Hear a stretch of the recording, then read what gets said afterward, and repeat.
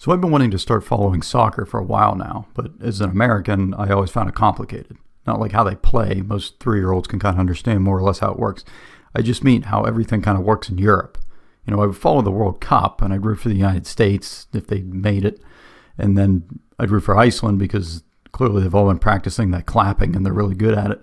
But that only happens once every 4 years. So I turn on my TV, and it would be like a random game like Parma versus Bologna. And first I'd make sure that I wasn't watching the Food Network, but then I had no frame of reference for this game. Like, are these teams good? Is this a big game? Which one of these guys is Pele? I didn't know. And I had all these other questions. Why are teams getting kicked out of leagues? Why are they all rolling around on the ground so much? How are guys getting traded to different countries? And why does everybody in the stands have a scarf? So a few months ago, I tried to start figuring it all out, and I started watching some matches. That's the first thing. They aren't soccer games. They are football matches. And I bought FIFA for my Xbox, and I bought a scarf and a vuvuzela because that's like the rules or something. So anyway, this is all the info that I wish I'd known a year ago. This is my crash course of translating soccer into American. I'm going to assume that you kind of know the rules. The biggest difference between American sports is how offsides works and the clock. Lots of people get upset about the clock. It goes up instead of down. Get over yourself. It doesn't really matter. Americans also get mad because the clock doesn't stop and games pretty much end whenever the ref feels like it.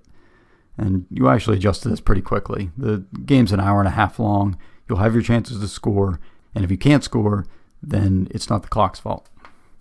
Some people, and when I say people, I'm referring both to discussions I've had with other Americans as well as like myself 6 years ago.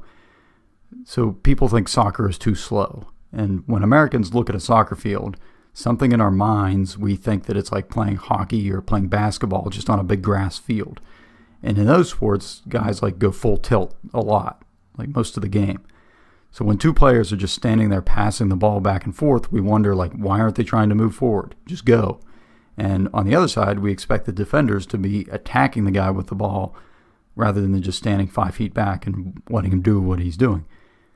The key difference is that football pitches are much larger than basketball courts and hockey rinks.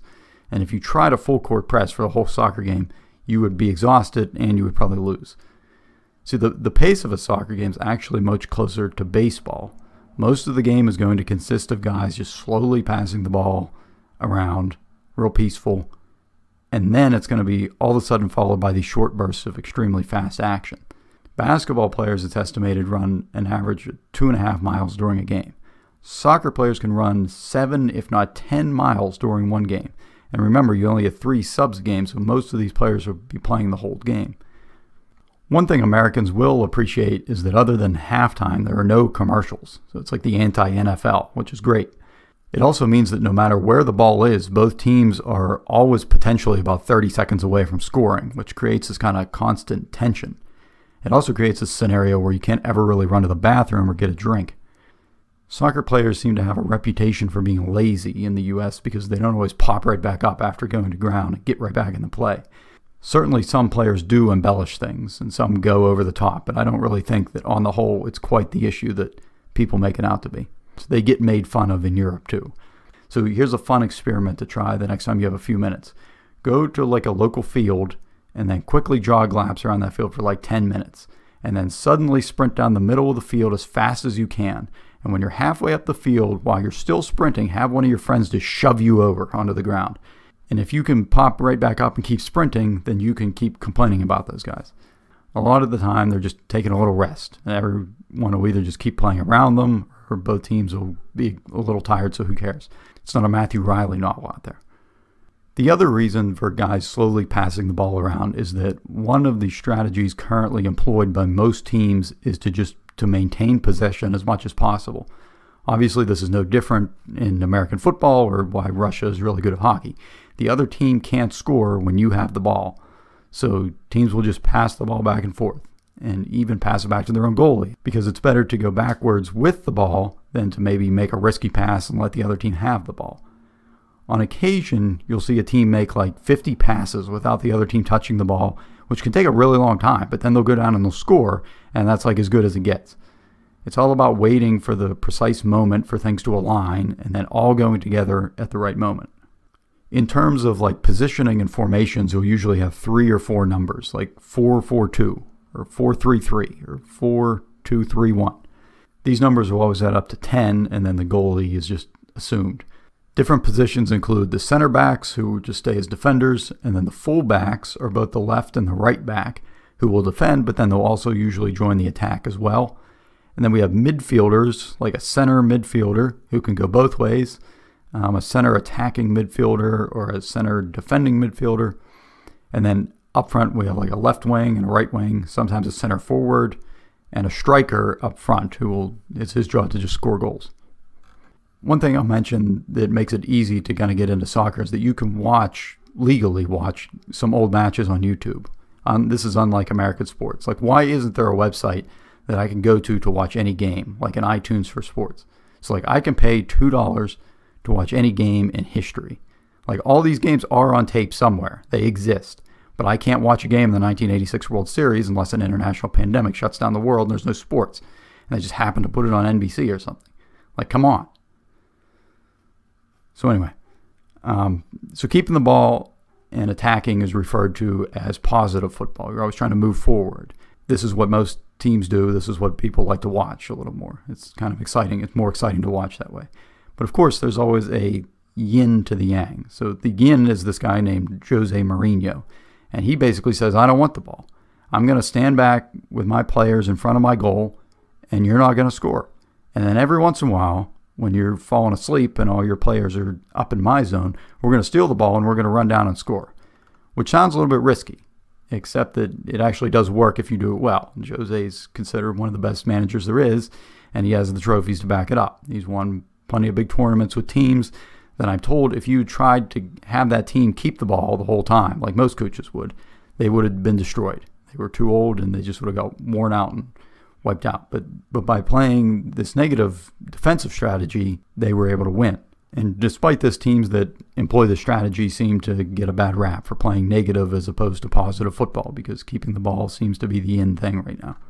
So obviously there's more thought that goes into it than I've described here. Like Diego Simeone and Atletico Madrid has been using this negative strategy for years, and they've been successful with it. On the flip side, the guys who've risen to the top playing possession football are also widely sought after. 2 of the most well-known coaches right now are Jurgen Klopp and Pep Guardiola. And I highly recommend watching the series All or Nothing about Manchester City on Amazon Prime. It's about Guardiola's team a few years ago. And it's quite clear from interviews with these guys that they're quite thoughtful and well-traveled. I couldn't name a single baseball manager who can speak 3 languages. So speaking of Manchester City, they play in England. There are 4 main football countries in Europe. There's England, Spain, Germany, and Italy.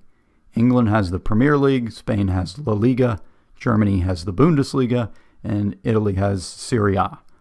So to take one country, they're all the same, but to take one country, England, the Premier League consists of 20 teams. Every team plays every other team, once at home and once away, and these leagues don't have playoffs. You get 3 points for a win, 1 for a tie. The team with the most points at the end of the season wins. And this can and has come down to the final day of the season before. In the U.S., our leagues pretty much have the same teams every year. So if you suck, and even if you start to lose on purpose, you actually get rewarded with the top draft pick the next year. If you finish in last place in one of these leagues, they literally kick you out of the league. But they call it relegation because that's a nicer sounding word.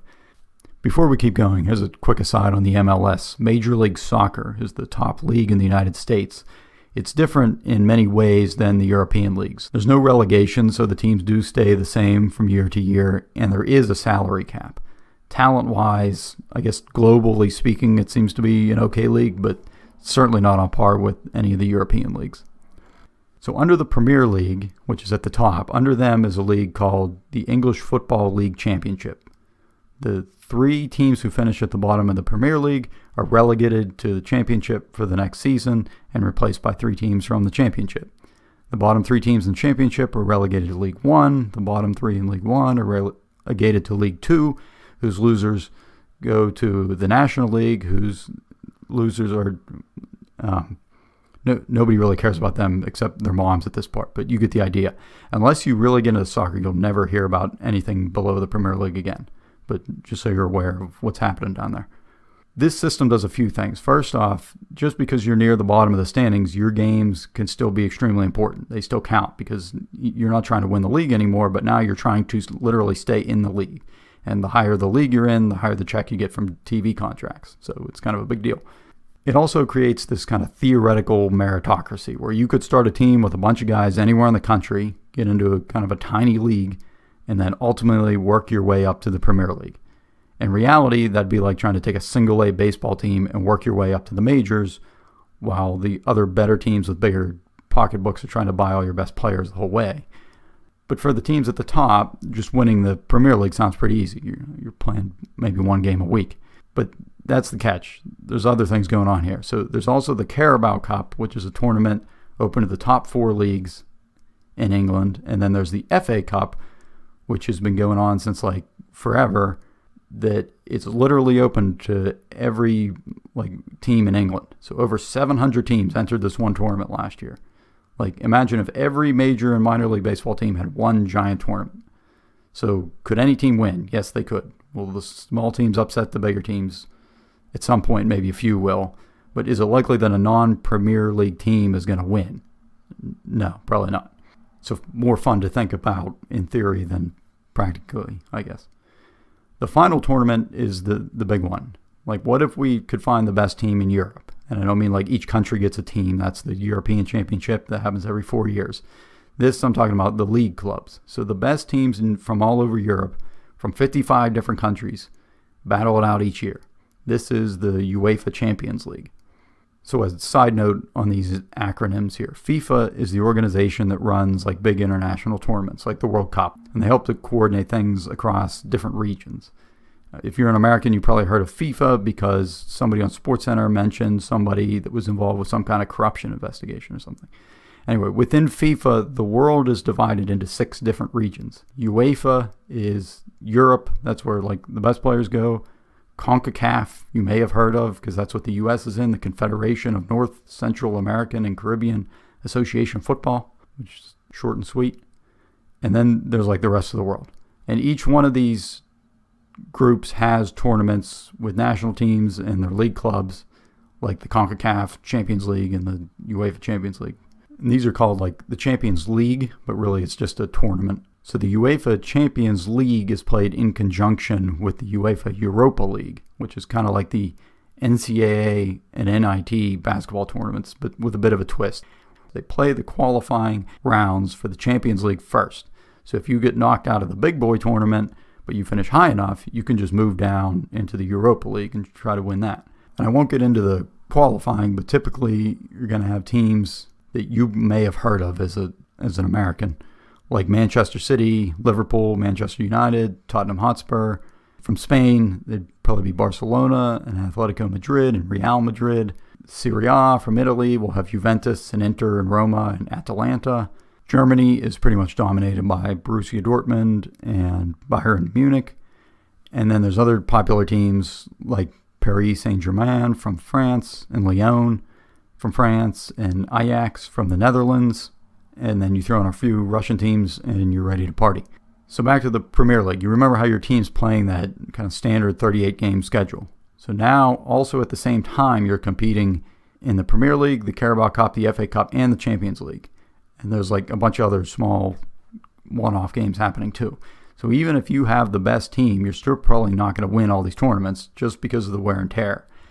If you can win 3 trophies in a year, that's like special. That's called a treble. If you win 4, that's called a quadruple, but that's pretty rare. And so the biggest payday is for winning your league, although I, for some reason, find the Champions League is hard to beat for excitement. So even though you can, soccer teams tend to trade players less than they do in the U.S. Rather, teams will just buy players from their current club.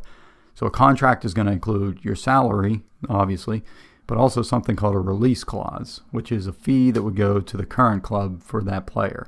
So while any team could negotiate a transfer fee with a player's current club, a release clause takes that current team just out of negotiations altogether. So a baseball player, unhappy with the situation, he could demand a trade, and they might trade him and he'd be happy. But if they refuse to trade him, then he's kind of stuck.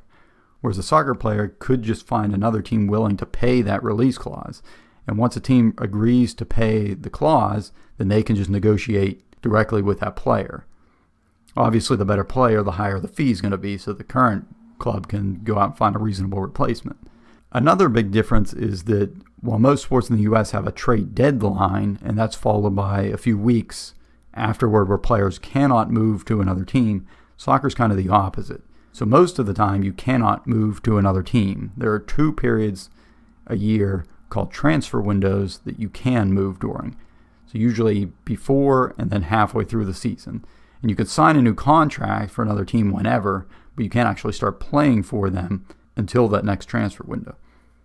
And the last thing in terms of contracts is that in the U.S., most leagues have a draft, but soccer is pretty much like the Wild West. So teams will sign players, or I should say kids, like into their youth academy very young, like 10, 8 years old. And smaller teams who find a really good player could also include something called a sell-on clause when selling a player to a larger team that says if the team buying that player turns around and sells the player again to an even bigger club, then that original team will get a percentage of that secondary sale. All right, so if you're still here at this point, you probably want more. So what's next? There are like an unlimited number of top or best goal compilations on YouTube, which are kind of interesting in the sense that you can actually show, new people to soccer, the potential that the game has. Lots of Americans' exposure to soccer is like the Women's World Cup, and obviously we have a great team there, but you never really get to see what different strategies look like. Like look up Barcelona tiki-taka videos. You won't regret that. They make grown men look like children.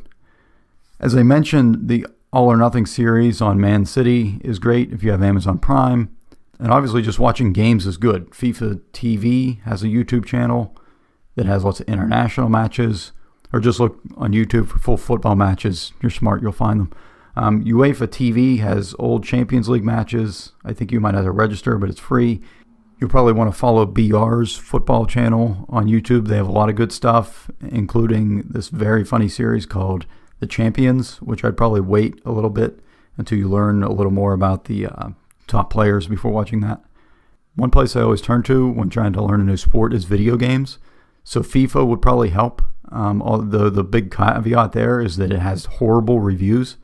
That said, if you're just trying to learn the rules, like basic tactics and which players are on which teams and who plays where, I would say it's been pretty helpful for me. Most of the negativity toward the game is for the online, the FIFA Ultimate Team mode, where you end up paying for players for your team. But if you just avoid that and then stick to playing against the AI, then you should be okay. The only thing I hesitate to do is play as Barcelona because you could control Leo Messi, and who am I to tell God what to do? So I usually avoid that part. The alternative here, it would be a game called PES, which I've heard good things about, although it doesn't have licensing for many of the teams. So jerseys will look different and team names will be slightly off, which I guess might be confusing to someone new. And I think FIFA's player faces are a bit more recognizable too. News-wise, there's coverage everywhere of soccer, although I do enjoy the site onefootball.com, which brings us to the sponsor of today's video, which is, there's no sponsor for today's video. I just make these videos to push the boundaries of PowerPoint and see how mad I can make myself. Anyway, hopefully that helps somewhat. You're now ready to venture off beyond the coasts of the United States and become an even bigger soccer fan. Just if you're leaving the U.S., call it football. They get mad if you call it soccer. Anyway, good luck. Thanks for watching.